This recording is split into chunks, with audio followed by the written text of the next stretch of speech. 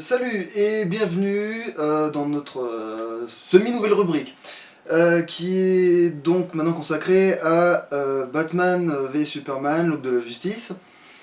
Alors, commençons donc par les défauts de ce film qui sont techniquement... il y a trop de références bibliques dans ce film. C'est pas compliqué, on a l'impression de lire la Bible à l'envers, mais c'est quand même tu lis la Bible, voilà.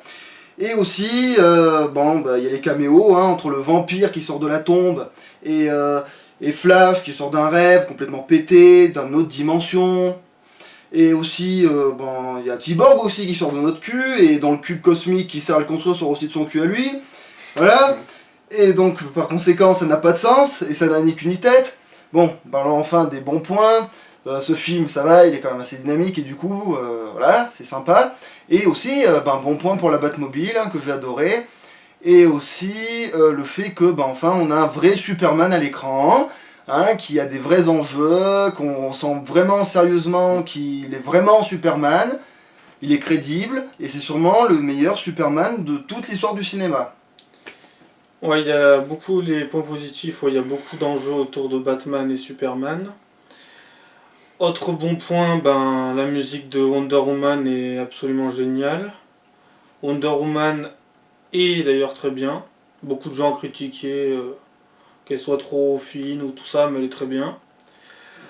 Ben Affleck, ne fait pas un très grand Batman.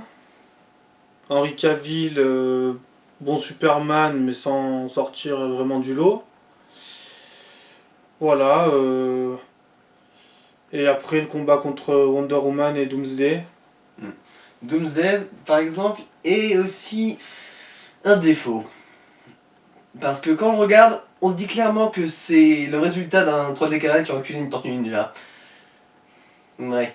Il faut vraiment améliorer les monstres en image de synthèse, ils se ressemblent tous. Mais bon, c'est pas non plus gravissime. Après, il y a quand même des qualités. Hein. Il y a un Batman qui est bien bourrin cette fois. Il se fait criminel à la sauce Punisher. Il s'amuse même à les marquer au fer rouge tellement il peut pas les blairer. Mais Superman, sa dégaine, elle est foirée. Enfin, je sais pas vraiment comment le dire autrement. Sérieusement, on dirait un des mecs du Dark Knight, ceux qui se font passer pour Batman, qui a décidé de sortir dans le film. C'est tout. Après, faut pas déconner, certes il y a des défauts, mais vu que Ben Affleck soit pas un Batman très génial, c'est pas bien grave, il fout pas non plus le film en l'air. Donc ce film mérite pas non plus d'être qualifié de daube de la justice. Faut pas déconner.